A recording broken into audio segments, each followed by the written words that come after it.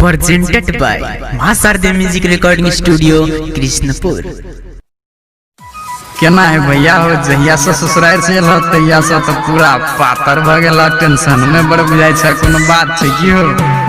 अरे भाई की कहे छै, लोग जे ससुराल तो मोटा के आबे हम देखे छी सुई के अचार भ गेलिए। की कहे छै कि मौगिया तो पेड़ के रख देलिए। आय की भ गेल हो? केला एना बजे छ?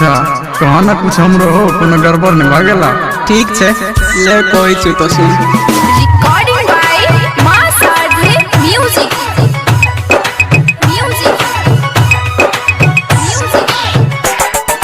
Music by DJ Umesh Sukhipur. हो केहन भ गेल ह जाके ससुराल में, केहन भ गेल ह जाके ससुराल में। रे ऐसनी मन तो छेली कुमार में, साचो के हाव रे भाई नी मन हम छेली कुमार में। हो केहन भ गेल ह जाके ससुराल में, केहन भ गेल ह जाके ससुराल में। ऐसनी मन तो छेली कुमार मेरे भाई नी मन हम छेली कुमार में।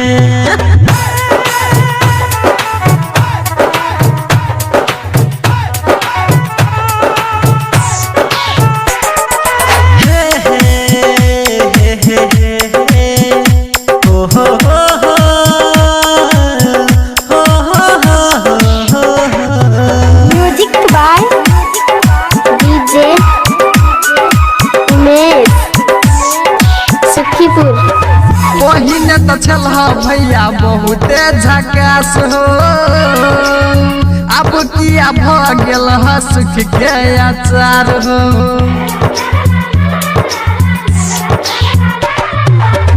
पहिने तो छलह भैया बहुते झकास हो, अब किया भ गेल ह सुख के अचार हो।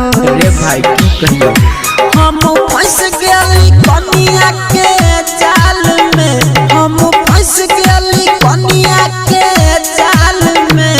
ऐसनी मन तो छेली कुमार में, ऐसनी मन तो छेली कुमार में। Recording by Maa Sharda music.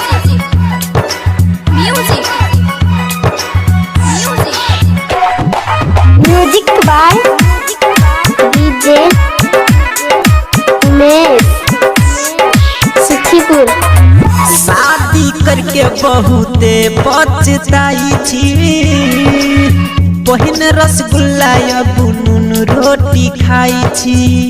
रे भाई की कहियो क्या पड़े मजबूरी में। शादी करके बहुते पछताई छी, पहिन रसगुल्ला या बुनून रोटी खाई छी। बस यो बात नसीब है रे भाई। शादी केलहा खुश रहै संसार में, शादी केलहा खुश रहै संसार में। ऐसनी मन तो छेली कुमार में, रे भाई नी मन हम छेली कुमार में। हो केहन भ गेल ह जाके ससुराल में, केहन भ गेल ह जाके ससुराल में। ऐसनी मन तो छेली कुमार मेरे भाई नी मन हम छेली कुमार